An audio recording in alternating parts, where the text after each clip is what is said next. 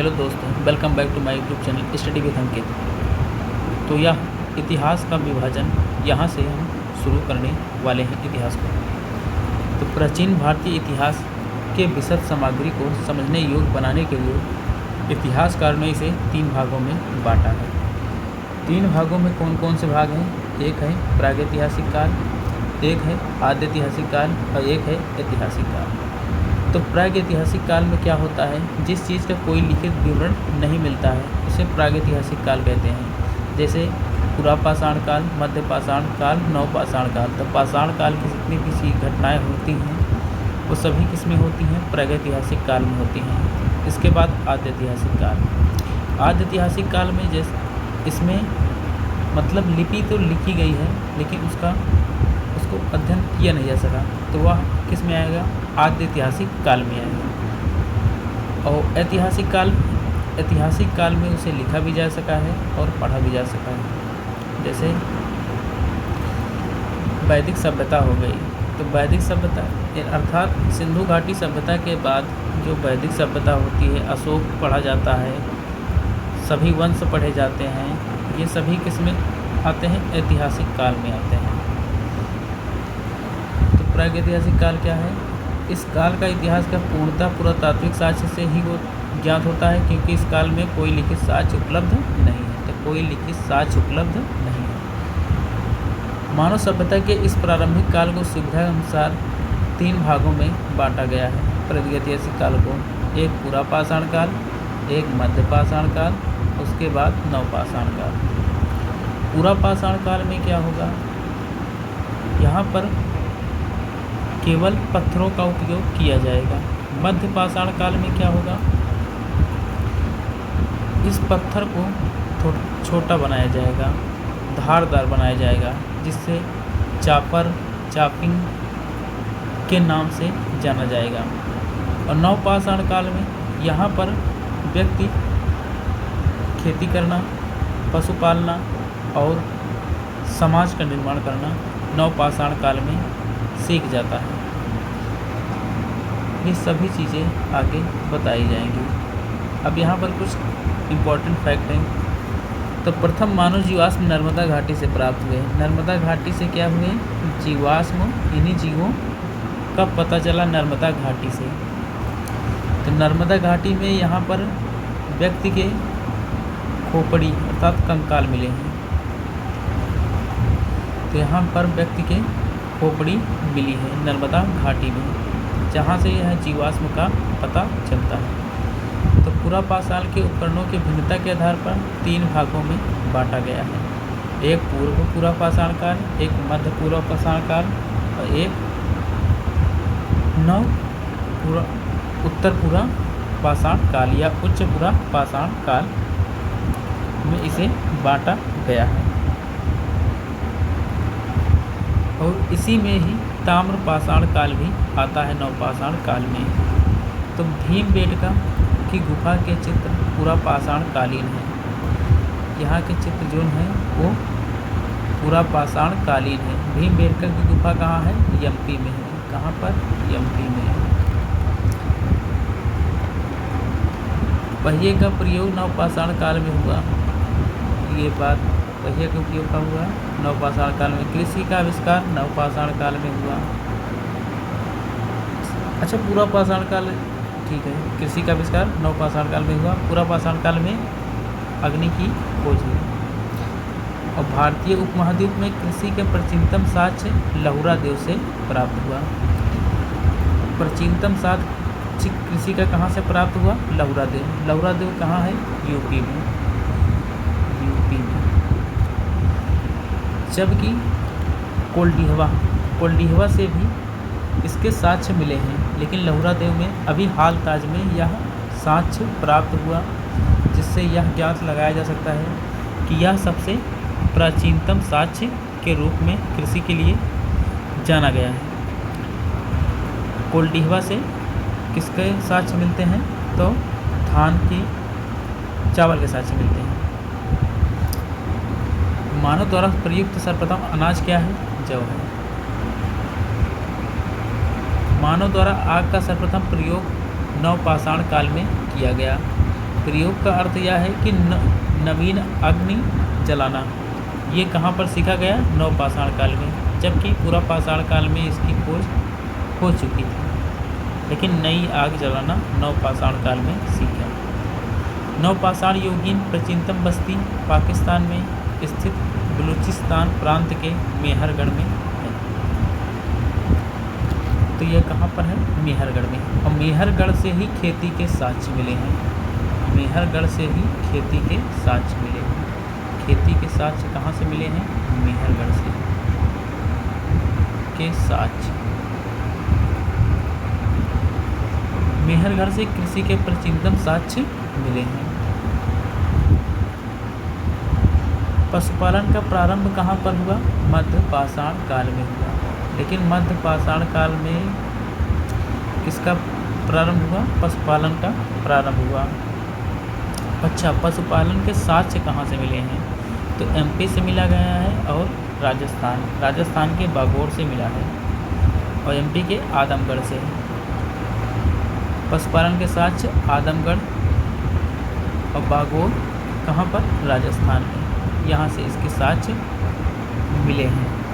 मध्य पाषाण कालीन महादहा यानी उत्तर प्रदेश के प्रतापगढ़ से हड्डी निर्मित सींग निर्मित उपकरण प्राप्त हुए हैं। तो हड्डी एवं सींग निर्मित उपकरण कहाँ से प्राप्त हुए हैं? महादहा से। और यह कहाँ पड़ता है? प्रतापगढ़ में पड़ता है। मानव कंकाल के साथ कुत्ते का कंकाल कहाँ पर? मतलब व्यक्ति के साथ कुत्तों का कंकाल कहाँ से मिले हैं? तो बुर्ज होम से मिले हैं। बुर्ज होम कहाँ है? जम्मू कश्मीर में है। गर्द आवास के साक्ष्य कहाँ पर मिले हैं? ये भी बुर्ज होम में मिले हैं। गर्द आवास का अर्थ यह है कि एक समतल है, समतल भूमि, उसमें गड्ढा कर दें और उसके अंदर रहें, यही गर्द आवास कहलाता है। तो जैसे बर्फ़ है तो यहाँ पर इसके टेम्परेचर को मेंटेन करने के लिए यहाँ पर गर्द आवास में रहते थे। Alexander H. रंगस्टर्स, रॉबर्ट स्वेल, जेम्स बर्गेस और वाल्टर इलियट पुरातात्विक उत्खनन के लिए प्रसिद्ध थे, जिन्होंने मुख्य रूप से दक्षिण भारत के इतिहास क्षेत्र में काम किया था। अब आदि ऐतिहासिक काल देखिए। इसमें लिखा तो गया, लेकिन ऐसा लिखा गया कि जिसे पढ़ा नहीं जा सका। तो इस काल में लेखन की कला तो विकसित हो चुकी थी, किंतु इस काल के लिपि को पढ़ने में सफलता अभी तक नहीं मिली है। इस काल के इतिहास की जानकारी हेतु साहित्यिक एवं पुरातात्विक दोनों स्रोत उपलब्ध हैं। हड़प्पा एवं वैदिक सभ्यता ये किस में आते हैं? इसी में आते हैं, आदि ऐतिहासिक काल में। गौरिक एवं कृष्ण लोहित मृदभांड संस्कृति इसी काल से संबंधित है। अब ऐतिहासिक काल क्या होता है? इस काल की जानकारी साहित्यिक एवं पुरातात्विक और विदेशी लेखक तीनों में मिलती है। मतलब साहित्यिक में भी मिलेगी, पत्थर से भी मिलेंगे, शिलालेख मिलेंगे, और विदेशी लेखक जो आए हैं उनका भी वर्णन ऐतिहासिक काल में मिलेगा। ताम्रपाषाण काल क्या होता है? जिस काल में मनुष्य पत्थर के साथ तांबे का भी उपयोग करने लगता है, उसे ताम्रपाषाण कालीन सभ्यता के रूप में जाना जाता है, यानी ताम्रपाषाण काल कहा जाता है। तो इसमें पत्थर और तांबे दोनों का उपयोग करे गए हैं, इसलिए इसे ताम्रपाषाण कालिक कहा जाता है। इसे कैल्कोलिथ या चैल्कोलिथ काल के नाम से भी जाना जाता है। सर्वप्रथम तांबा धातु का प्रयोग औजार बनाने के लिए किया गया था। सर्वप्रथम किसका प्रयोग? तांबा का प्रयोग।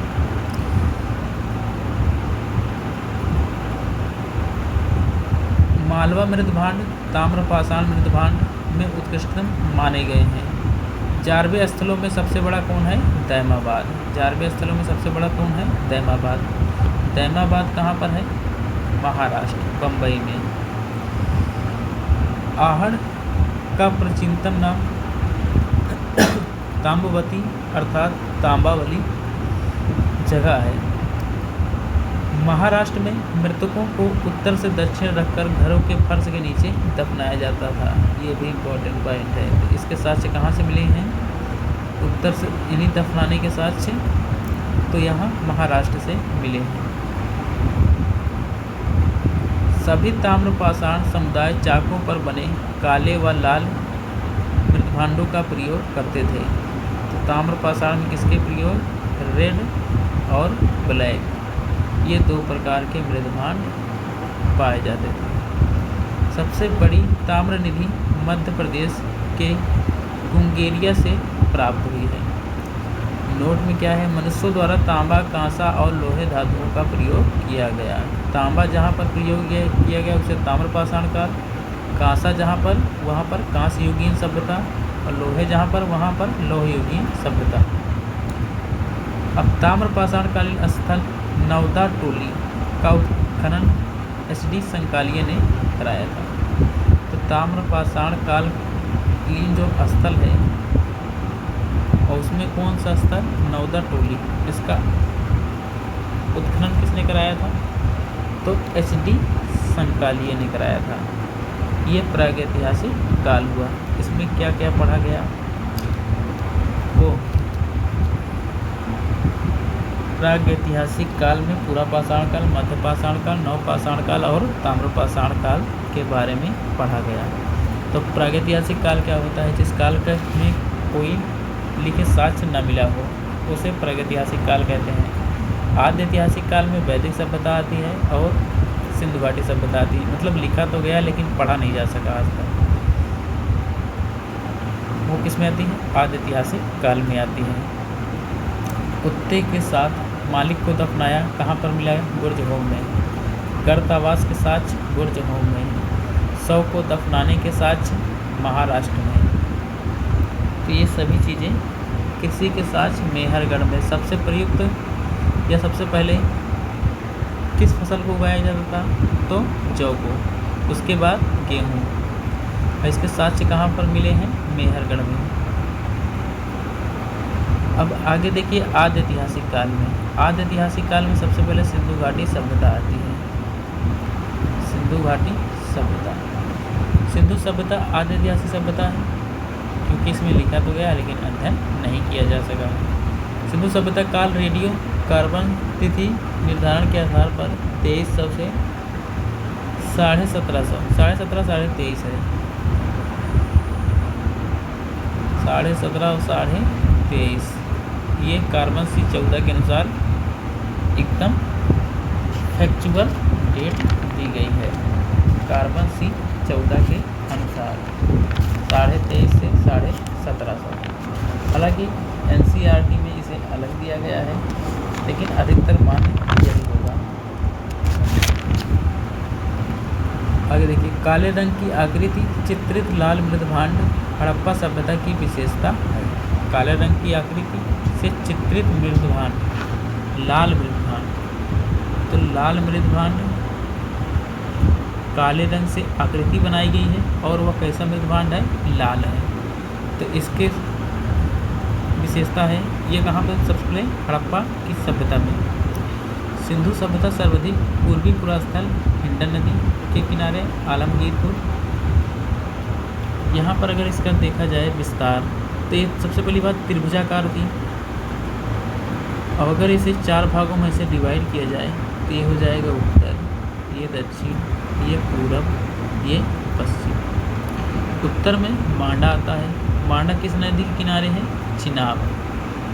चिनाब। और मांडा कहाँ पड़ता है? तो यह JK यानी कि जम्मू कश्मीर में। पूरब में आलमगीरपुर आता है। आलमगीरपुर, आलमगीरपुर ये कहाँ पर? मेरठ में। मेरठ में। और मेरठ कहाँ पर है? UP में। फिर इधर आ जाइए दक्षिण में। दक्षिण में क्या? दैमाबाद। दैमाबाद। दैमाबाद कहाँ पर? महाराष्ट्र में। दैमाबाद महाराष्ट्र में। किस नदी के किनारे? दास्क नदी के किनारे। और आलमगीरपुर हिंडन नदी के किनारे। और महाराष्ट्र दैमाबाद। महाराष्ट्र दैमाबाद। और ये किस नदी किनारे है? गोदावरी। गोदावरी। और जबकि इधर पश्चिम में देखा जाए तब, तो पश्चिम में यहाँ पर आता है पुरास्थल दास नदी किनारे है सुतका गंडोर, सुतका गंडोर, सुतका गंडोर। ये बलूचिस्तान में पड़ता है। कौन सी नदी किनारे है? तो यह दास की नदी किनारे है। एक बार फिर से सभी लोग ध्यान दीजिए। इसकी आकृति त्रिभुजाकार है। अगर देखा जाए उत्तर में, तो उत्तर में कौन सा स्थल है? मांडा है।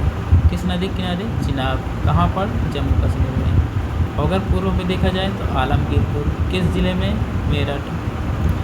और किस नदी के किनारे है? तो यह हिंडन नदी के किनारे है।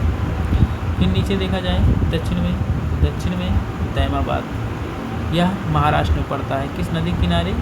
तो गोदावरी। अगर देखा जाए पश्चिम में, तो पश्चिम में कौन? सुतका गंडोर। ये बलूचिस्तान में पड़ता है। और ये किस नदी किनारे? तो दास की नदी के किनारे। यह क्या है? एक नगरीय सभ्यता है। अच्छा, नगरीय सभ्यता कैसे है? क्योंकि यहाँ के व्यक्ति अत्यधिक सभ्य थे। सभ्य का अर्थ यह कि जैसे सबसे पहली बात, इनकी जो सड़कें थी, वो हमेशा कितने डिग्री पर काटती थी? तो 90 डिग्री पर एक दूसरे को काटती थी। और इनके सभी के घर सड़क की तरफ, जैसे ये घर है, ये सड़क है, ये घर है, तो ये सड़क की तरफ दरवाज़ा न खुलकर ये पीछे की ओर खुलते थे। और जल निकासी व्यवस्था बहुत ही बढ़िया थे। इसी सब चीज़ों से यह ज्ञात होता है कि यह एक नगरीय सभ्यता थी। इसका आकार कैसा है? त्रिभुजाकार है। सब बड़े नगरों में मोहनजोदड़ो है, हड़प्पा है, राखीगढ़ी है और धौलावीरा और कालीबंगा है। तो सबसे बड़ा मोहनजोदड़ो, फिर उसके बाद हड़प्पा, फिर उसके बाद राखीगढ़ी, उसके बाद धौलावीरा, फिर कालीबंगा। भारत की स्वतंत्रता प्राप्ति के पश्चात हड़प्पा सभ्यता के सर्वाधिक पुरास्थल कहाँ पर खोजे गए हैं? तो गुजरात में सबसे ज़्यादा इसके स्थल खोजे गए हैं। सिंधु वासियों को तांबा, कांसा, स्वर्ण और चांदी के विषय में जानकारी थी, लेकिन अगर पूछा जाए लोहे के बारे में जानकारी थी तो नहीं थी। हड़प्पा संस्कृति के मोहरों पर एवं टेराकोटा कलाकृति में गाय का चित्रण नहीं मिलता है, जबकि बैल, हाथी, गैंडा, बाघ, हिरण, भेड़, पशुओं का अंकन मिलता है। गाय का नहीं मिलता है।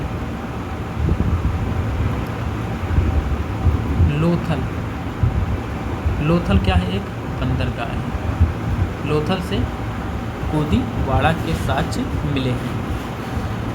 हरियाणा के बनवली से पक्की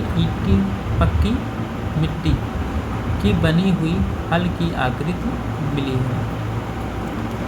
तो हरियाणा के बनवली से हल की आकृति मिली है, मिट्टी की भी। तो हल के साक्ष्य कहाँ से मिले हैं? तो हरियाणा के बनवली से। सिंधु सभ्यता का विशाल स्नानागार के साक्ष्य कहाँ से? मोहनजोदड़ो से। कालीबंगा से जुते हुए खेत के साक्ष्य मिले हैं। कालीबंगा पड़ता कहाँ है? राजस्थान। राजस्थान में होती है गर्मी से हो जाते हैं कालीन। तो कालीबंगा राजस्थान। और यहाँ पर जुते हुए खेत, मतलब खेत जोतते हुए काले हो जाते हैं। ऐसे रेट करके याद कर सकते हैं। सिंधु सभ्यता कांस्ययुगीन सभ्यता थी तथा यहाँ के लोग लोहे से परिचित नहीं थे। राखीगढ़ी हरियाणा के हिसार जिले में घग्गर नदी के पास स्थित है। तो राखीगढ़ी कहाँ पर स्थित है भैया? हरियाणा में किस ज़िले में? हिसार जिले में। नदी कौन सी है? घग्गर नदी। रंगपुर गुजरात से धान की भूसी के साक्ष्य मिले हैं। धान की भूसी के साक्ष्य कहाँ से मिले हैं? रंगपुर कहाँ पर है? गुजरात में। रंगपुर से प्राक हड़प्पा और उत्तर हड़प्पा कालीन सभ्यता के साक्ष्य भी मिले हैं। सिंधु घाटी के लोग पशुपति शिव की भी पूजा करते थे। तो ये सबसे इनके प्रिय देवता थे, पशुपति शिव। जबकि अगर वैदिक सभ्यता में जाएगा तो वहाँ पर प्रजापति आ जाएंगे। फिर उत्तर वैदिक काल में विष्णु हो जाएंगे, वो इंद्र के बाद विष्णु, ऐसे ऐसे प्रिय होते चले जाएंगे देवताओं में। इसका प्रमाण मोहनजोदड़ो से प्राप्त एक मुहर है जिस पर योगी की आकृति है। ठीक है। अच्छा, यहाँ पर देखिए, उस योगी के बाईं ओर बाघ और हाथी है, जबकि दाईं ओर गैंडा और भैंसा है।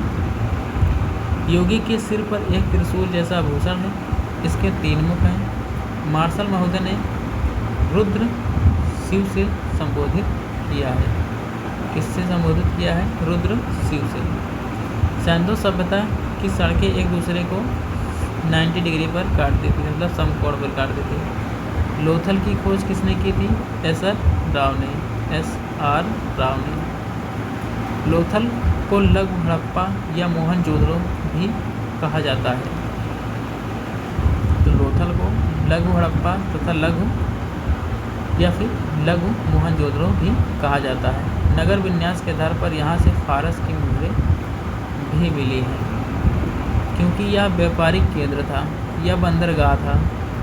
तो इसी समय मेसोपोटामिया की सभ्यता, ईरान की सभ्यता और चीन की सभ्यता ही चल रही थी, जिस कारण यहाँ पर इन्हें मोहर मिली थी। और इसी से बाहरी व्यापार के साक्ष्य भी मिलते हैं, इस मोहर के ही कारण से।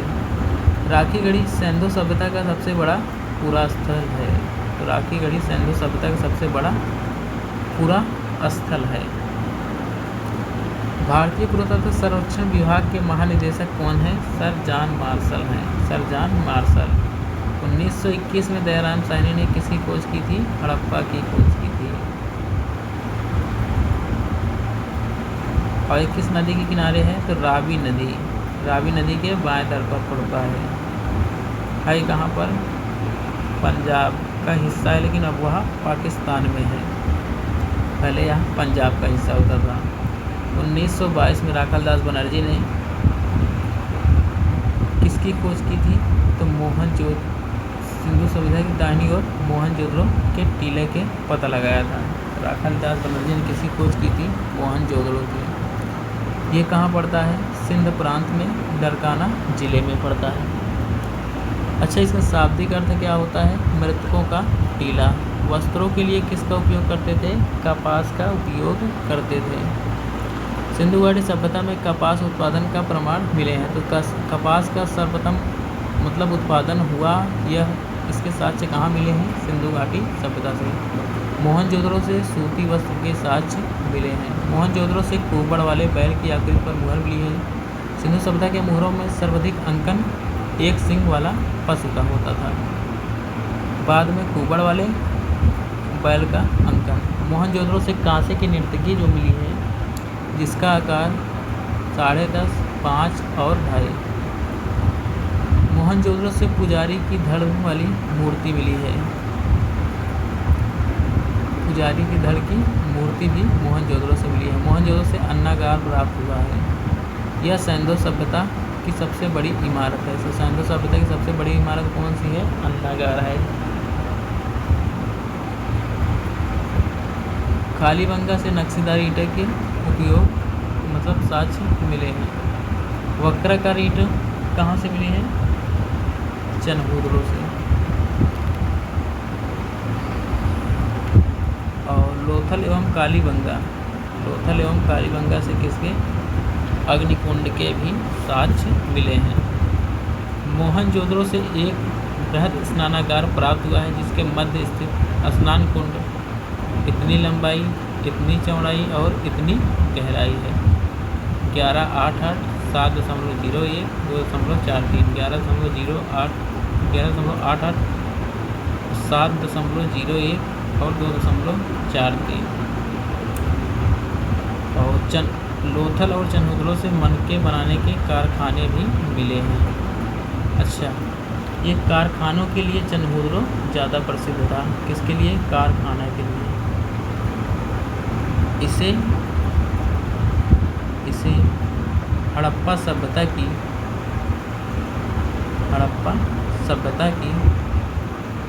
आर्थिक राजधानी भी कहा जाता है, आर्थिक राजधानी कहा जाता है। अगर आर्थिक राजधानी पूछे तब क्या होगा, चनहूदड़ो, और केवल राजधानी पूछे तब मोहनजोदड़ो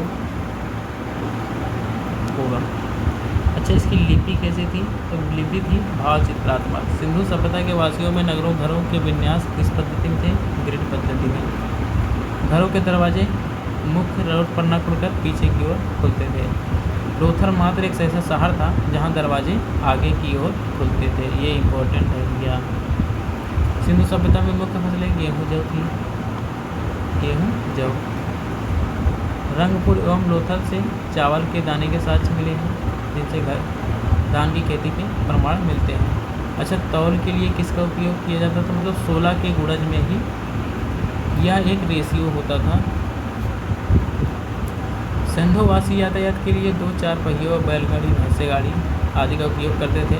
अभिलेख में मेलुहा शब्द का प्रयोग मिलता है, जिसका अर्थ है आशय सिंधु सभ्यता से ही है। हड़प्पा संस्कृति का शासन संभवतः वाणिक वर्ग के हाथों में था। पिंगल महोदय ने हड़प्पा एवं मोहनजोदड़ो को एक विस्तृत साम्राज्य की जुड़वा राजधानी भी कहा गया है। किससे, पिंगल महोदय ने कहा है। हड़प्पा एवं मोहनजोदड़ो को एक विस्तृत साम्राज्य की जुड़वा राजधानी कहा गया है। लेकिन अगर आर्थिक रूप में पूछा जाए तब क्या होगा, चनहूदड़ो था। सिंधु सभ्यतावासी मातृ देवी को उर्वरता की देवी के रूप में भी पूजते थे। ये उर्वरता की जो देवी है, जैसे योनि की पूजा, योनि की पूजा किससे संबंधित है, उर्वरता की देवी से। उर्वरता कौन संबंधित है, योनि की पूजा। माता देवी पूजा, नाग पूजा, वृक्ष पूजा, जल पूजा साक्ष्य भी सभ्यता से मिलते हैं। ये इम्पोर्टेंट है। स्वास्तिक चिन्ह हड़प्पा सभ्यता में प्रचलित है। इस चिन्ह सूर्योपासना का अनुमान लगाया जाता था। तो हड़प्पा से कहाँ किसके चिन्ह मिले हैं, स्वास्तिक के चिन्ह। ये किससे संबंधित है, सूर्य भगवान से। सिंधु घाटी के नगरों किसी भी मंदिर अवशेष नहीं मिले हैं, तो मंदिर का प्रमाण नहीं मिला है। माता देवी की पूजा सिंधु सभ्यता में सर्वाधिक प्रचलित थी, इसलिए इसे मातृ सत्तात्मक भी कहा गया है इस सभ्यता को। क्योंकि इसमें मातृ प्रधान यह सभ्यता रही है। पशुओं में कुबड़ वाला सांड इस सभ्यता का विशेष पूजनीय था। और इसमें क्या इम्पोर्टेंट है, कालीबंगा एकमात्र हड़प्पा कालीन स्थल है जिसके दोनों टीले रक्षा प्रचिरों के लिए से घिरा था। तो कालीबंगा एकमात्र ऐसा हड़प्पा कालीन स्थल है। शवों को जलाने और गाड़ने दोनों की प्रथाएं संस्कारें प्रचलित थी।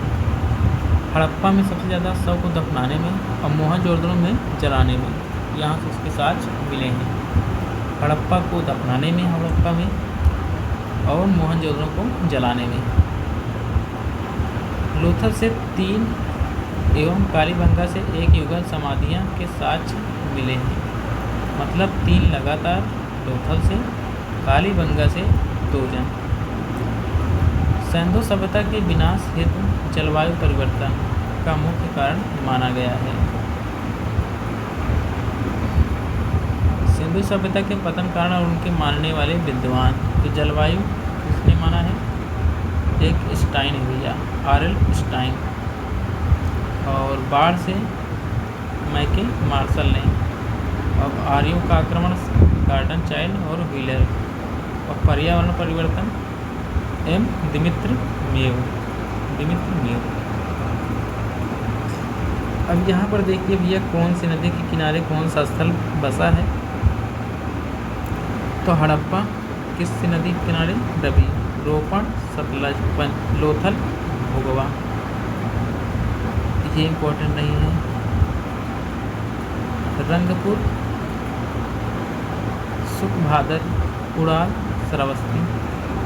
सरस्वती, तो बनावली, ये भी इम्पोर्टेंट है। और मोहनजोदड़ो, ये भी इम्पोर्टेंट है। कालीबंगा, घग्गर, सुरकागंडोल, दास, आलमगीरपुर, हिंडन, कोडदीजी, सिंधु, चनहूदड़ो, सिंधु, मांडा, चिनाब, दैमाबाद, परवरण के किनारे। इस्लामाबाद परवरा नदी किनारे, या फिर यहाँ पर गोदावरी भी कह सकते हैं। गोदावरी या परवरा नदी, जो भी ऑप्शन में हो, दोनों सही होंगे। और राखी गढ़ी, ये किसी की नदी किनारे है? तो घग्गर नदी किनारे है राखी गढ़ी। अब यहाँ पर कुछ चीज़ों के साक्ष्य मिले हैं, वो यहाँ पर बताया गया है। अच्छा, किस स्थल की खोज किसने की, ये भी इम्पोर्टेंट है। तो हड़प्पा दयाराम साहनी, मोहनजोदड़ो राखालदास गुनजरी, चनहुद्रो NG मजूमदार, कालीबंगा BB लाल, BK थापर, कोड दीजिए अफजल अहमद। तो इतना इम्पोर्टेंट है, कोड दीजिए अफजल अहमद, सिंध में पड़ता है।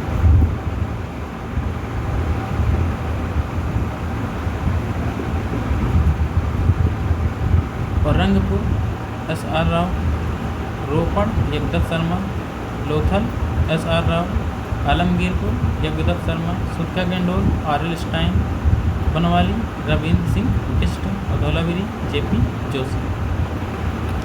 इसके बाद आता है वैदिक सभ्यता। तो सिंधु सभ्यता के पश्चात वैदिक सभ्यता का विकास हुआ। वैदिक काल के विभाजन दो भागों में किया जाता है, एक ऋग्वैदिक काल, ऋग्वैदिक काल को पूर्व वैदिक काल भी कहा जाता है।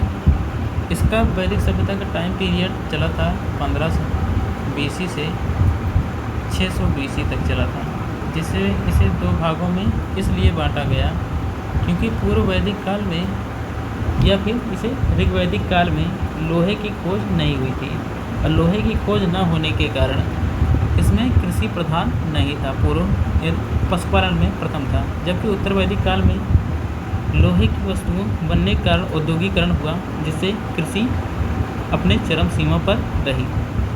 तो इसलिए इसे दो भागों में विभाजित किया गया है, एक 1500 से 1000 तक है और एक 1000 से 600 तक है। तो ऋग्वैदिक काल वैदिक सभ्यता के वासियों को आर्य कहा जाता था। वैदिक वासियों क्या कहा जाता था? आर्य कहा जाता। आर्यों का प्रसार अफगानिस्तान से गंगा घाटी तक था। ठीक है। आर्य संस्कृत भाषा का शब्द है जिसका अर्थ होता था श्रेष्ठ या कुलीन होता था। ठीक है। तो आर्य का अर्थ क्या होता है? श्रेष्ठ या कुलीन। तो वैदिक कालीन सभ्यता कैसी सभ्यता थी? है ग्रामीण सभ्यता थी। आर्यों की भाषा कौन थी? संस्कृत थी। वैदिक सभ्यता की जानकारी का प्रमुख स्रोत क्या है? वेद है। कौन क्या है भैया? वेद है। वेदों के आधार पर इस सभ्यता का नामकरण वैदिक युग हुआ और इसकी संख्या कितनी है? 4। ऋग्वेद, यजुर्वेद, सामवेद और अथर्ववेद। तो ऋग्वेद, यजुर्वेद, सामवेद, अथर्ववेद। ऋग्वेद को क्या कहा जाता है? उपवेद को आयुर्वेद। ऋग्वेद के उपवेद को आयुर्वेद, यजुर्वेद के उपवेद को धनुर्वेद, सामवेद के उपवेद को गंधर्ववेद और अथर्ववेद के उपवेद को शिल्पवेद। तो ऋग्वेद के आयुर्वेद, यजुर्वेद के धनुर्वेद और सामवेद के गंधर्ववेद और अथर्ववेद के शिल्पवेद। अब इसके जो अध्ययन होते थे, अध्ययन करने वाला, तो ऋग्वेद का जो अध्ययन करता था उसे क्या कहा जाता था? होर्त कहा जाता है। होर्त यहाँ पर होगा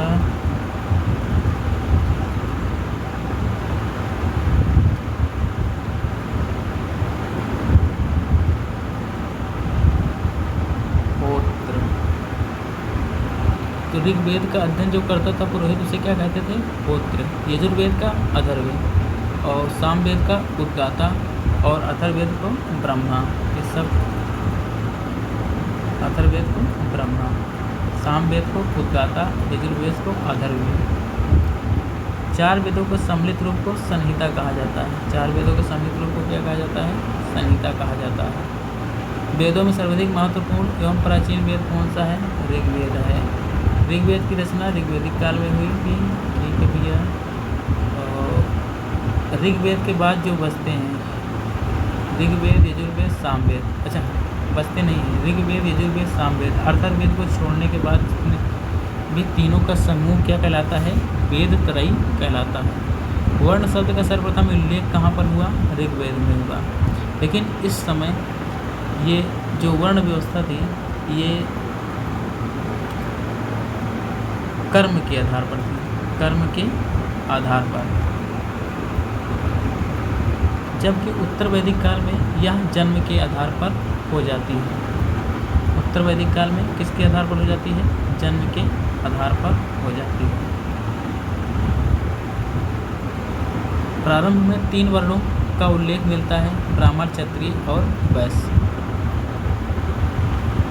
10वें मंडल में पुरुष सूक्त में सर्वप्रथम शूद्र शब्द मिलता है, यानी जात से संबंधित किस मंडल में बताया गया है? 10वें मंडल में। और एक है 7वां मंडल जिसमें दशराज का युद्ध हुआ था। दशराज के युद्ध में विश्वामित्र थे और एक थे भरत। तो उसमें विश्वामित्र जी हार जाते हैं, ये यहाँ पर दिया गया है। दशराज का युद्ध 7वें मंडल में हुआ था। किस नदी के किनारे? पुरुषनी। आगे इसमें दिया गया है। ऋग्वेद में ईश्वर की महिमा, यजुर्वेद में कर्मकांड और सामवेद में संगीत, इनका वर्णन मिलता है। अब यहाँ पर देखिए, ऋग्वेद में कुल मंडलों की संख्या कितनी है? 10 है। सूक्त कितने? इतनी है। ऋचाएँ मतलब रचनाएँ 10,552 हैं। पहला और 10वां मंडल क्या है? न्यूनतम है। तृतीय मंडल में के रचयिता कौन है? विश्वामित्र हैं। गायत्री मंत्र ये तृतीय मंडल में ही दिया गया है। ऋग्वेद की अनेक बातें अवेस्ता में मिलती हैं। किस में मिलती हैं? अवेस्ता में। अवेस्ता ईरानी भाषा का प्राचीनतम ग्रंथ है। अवेस्ता कैसा है? ईरानी भाषा का प्राचीनतम ग्रंथ है। ऋग्वैदिक में सर्वाधिक 250 सूक्त इंद्र के और 200 सूक्त अग्नि के। तो यहाँ पर यह बात पता चलती है कि इंद्र यहाँ पर क्या थे? सबसे प्रिय थे। और 170 या 76 ये यहाँ पर किसके? अग्नि के, इतना बार उल्लेख किया गया है।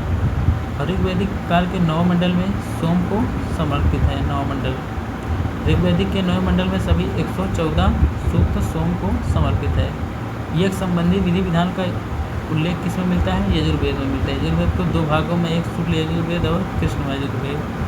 शुक्ल यजुर्वेद वाजसेनयी संहिता, वाजसेनयी संहिता शुक्ल यजुर्वेद केवल पद्य में है तथा कृष्ण यजुर्वेद पद्य और गद्य दोनों में है। यजुर्वेद का अंतिम भाग ईशोपनिषद, जिसका संबंध यौगिक अनुष्ठान न होकर आध्यात्मिक चिंतन से है। सामवेद में कुल छंदों की संख्या कितनी है? 1875 है, जिनमें से 75, जबकि कुछ विद्वान के अनुसार 99 को छोड़कर शेष सभी ऋग्वेद से लिए गए हैं। सामवेद से ही भारतीय संगीत का जन्म हुआ था। सामवेद की 3 मुख्य ने, एक कोधमा और जैमिनी। अथर्ववेद में 20 अध्याय हैं, 730 सूक्त हैं और 5987 मंत्र हैं। तंत्र मंत्र, जादू टोना, बाबू सोना, वशीकरण किसमें उल्लेख मिलता है? तो ये अथर्ववेद में मिलता है। आर्यों की प्रशासनिक इकाई कई भागों में विभक्त थी। एक कुल या गृह, ग्राम, विश्व तथा जन। और ये भी इम्पोर्टेंट नहीं है। हाँ, अथर्ववेद में सभा और समिति, अथर्ववेद में सभा और समिति को प्रजापति की 2 पुत्रियां कहा जाता था। किसमें? अथर्ववेद में। अथर्ववेद में सभा ये क्या थी? श्रेष्ठ थी, अभिजात सम्राट लोगों की संस्था थी। समिति केवल राजनीतिक संस्था थी। समिति राजा की नियुक्ति और समिति के सभापति को ईशान कहा जाता था। समिति के सभापति को ईशान कहा जाता था। ऋग्वैदिक काल में स्त्रियों की सभा एवं समिति में भाग लेती थी। दशराज युद्ध 7वें मंडल में, हाँ, भारत के जो राजा थे सुदास, 10 जनों के बीच में लड़ा और सुदास जी इसमें विजयी हुए थे। उपनिषद दर्शन पर आधारित पुस्तक है। उपनिषद दर्शन पर आधारित पुस्तक है।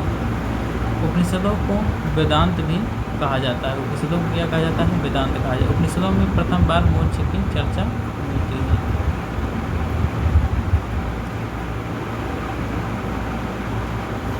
अब इसमें कुछ शब्दावलियाँ थी जिन्हें देख लेते हैं। अघन्या किसे कहा जाता था? गाय को कहा जाता था, यानी वध करने न योग्य। दुहिता दूध दूहने वाली, और उर्वरा जूते हुए खेत। लांगल हल को कहा जाता था, वृक्क को बैल, यव को जौ, गोधूम गेहूँ। अर्थात यहाँ पर ऐसा है, गृह चावल, तेंदुल धान। मतलब संस्कृत शब्द जो होते हैं उनका हिंदी उच्चारण यहाँ पर दिया गया है, क्योंकि यह आर्य से संबंधित है। कठोपनिषद में यम और नचिकेता के संवाद उल्लेखित हैं। तो कौन सा उपनिषद है? कठोपनिषद। उपनिषदों में कुछ क्षत्रिय राजाओं के उल्लेख प्राप्त हुए हैं। विदेह के राजा जनक, पांचाल के राजा केकय के राजा अश्वपति और काशी के राजा अजातशत्रु प्रमुख थे। वैदिक संहिता का सही क्रम: वैदिक संहिता, ब्राह्मण और आरण्यक और उपनिषद। तो वैदिक संहिता, उसके बाद ब्राह्मण, फिर आरण्यक, उसके बाद उपनिषद सबसे लास्ट में। उपनिषद का अर्थ होता है गुरु के समीप बैठकर शिक्षा लेना। ऋग्वेद में सबसे अधिक बार उल्लेख किसका हुआ है? सिंधु नदी का हुआ है। सरस्वती ऋग्वेदिक आर्यों की सर्वाधिक पवित्र नदी थी। ठीक है भैया। और आश्रम व्यवस्था, संन्यास का प्रचलन उत्तर वैदिक काल में हुआ है। ये उपनिषद का नाम क्या है? जबलो उपनिषद, जबलको उपनिषद।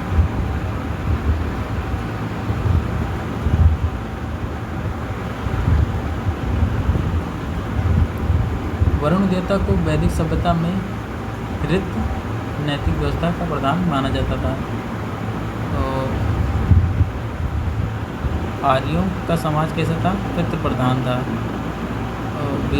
बाल विवाह एवं पर्दा प्रथा का प्रचलन नहीं था। मतलब कि पूर्व वैदिक काल सभ्यता जो थी यहाँ तक यहाँ पर सही था, लेकिन उत्तर वैदिक काल में जैसे आया जाता है वहाँ पर स्त्रियों की दशा उतनी सही नहीं थी। विधवा अपने मृतक पति के छोटे भाई से विवाह कर सकती थी। इसे नियोग प्रथा कहा जाता था। आजीवन अविवाहित रहने वाली महिलाओं को अमाजू कहा जाता था। ये सब शब्दावली इम्पॉर्टेंट है। आर्यों के प्रिय पेय पदार्थ क्या था? सोमरस था। 3 प्रकार के वस्त्र: वास, अधिवास और नीवी। मनोरंजन के लिए ये सब करते थे। पशुपालन एवं कृषि इनका मुख्य व्यवसाय था, लेकिन सबसे अधिक व्यवसाय पशुपालन था। आर्यों का प्रिय पशु क्या था? घोड़ा था। आर्यों का सबसे प्रिय पशु क्या था? घोड़ा था। लेकिन सबसे पवित्र पशु पूछा जाए तब क्या हो जाएगी? गाय हो जाएगी। आर्यों के सर्वाधिक प्रिय देवता कौन थे? इंद्र थे। ऋग्वैदिक काल के लोग लोहे से प्रसिद्ध नहीं थे, इसीलिए जिसे पूर्व वैदिक काल और उत्तर वैदिक काल में बांटा गया था। और अचल लेन देन के लिए मतलब सिक्का नहीं था। यहाँ पर विनिमय प्रणाली का उपयोग किया जा रहा है। ऐसे सिंधु घाटी सभ्यता में ऐसे ही था विनिमय प्रणाली। अग्नि की पूजा मनुष्य एवं देवता के बीच मध्यस्थ का कार्य कौन करते हैं? अग्नि। व्यापार वाणिज्य के कार्य को पहाड़ी वर्ग के लोग करते थे। ऋग्वैदिक में गंगा नदी 1 बार और यमुना नदी 3 बार उल्लेख मिलता है।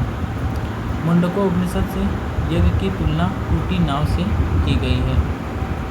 और इसका आदर्श वाक्य क्या है? सत्यमेव जयते मुंडको उपनिषद से लिया गया है। वैदिक काल में सोने का आभूषण या सिक्के को नेस्क कहा जाता था। शतपथ ब्राह्मण यजुर्वेद को ब्राह्मण ग्रंथ कहा जाता था। तो मिलते हैं भैया नेक्स्ट वीडियो में। वहाँ पर उत्तर वैदिक काल आपको बताया जाएगा और इसमें कौन सा ब्राह्मण है, कौन आरण्यक है, कौन उपनिषद है, इसके बारे में भी बताया जाएगा। तो thanks for watching this video. मिलते हैं नेक्स्ट